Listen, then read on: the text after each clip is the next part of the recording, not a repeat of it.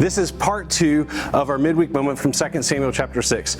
David, in part 1, David was so excited that he wound up putting the Ark of the Covenant to transport it back to Jerusalem on a cart and then had 2 oxen pull it.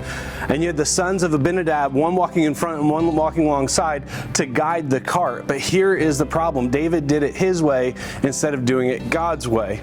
And that's where we pick up the story today in 2 Samuel chapter 6. When they came to the threshing floor, Nacon, Uzzah reached out and touched a hold of the ark of God because of the oxen stumbled.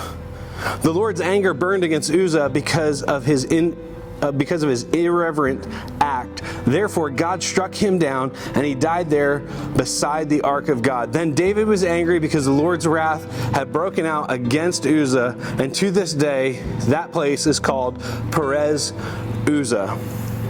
You see, what happened was Uzzah and Ahio, being in the house of Abinadab, where the ark was stored for more than 20 years, the presence of God was stored for more than 20 years, blessing on their house had been stored for 20 years.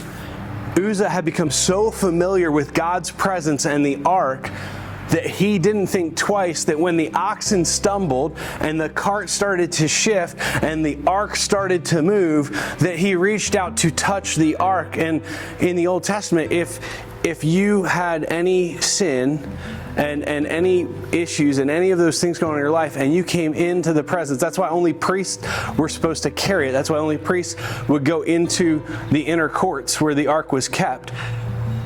It would cost you their life. That's why when the temple was built and the Ark of the Covenant was there, they would send them in with bells on them, because if the bells stopped jingling, they needed to pull the person out.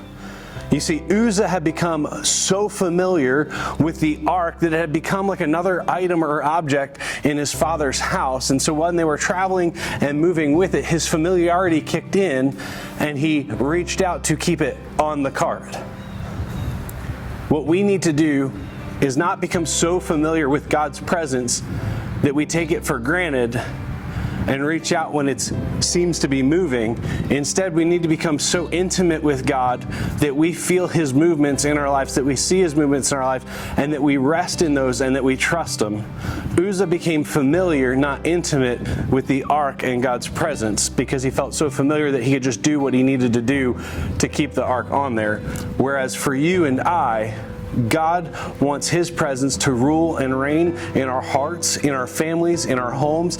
He wants His presence to rest in our vehicles, in our commutes, in our workplace.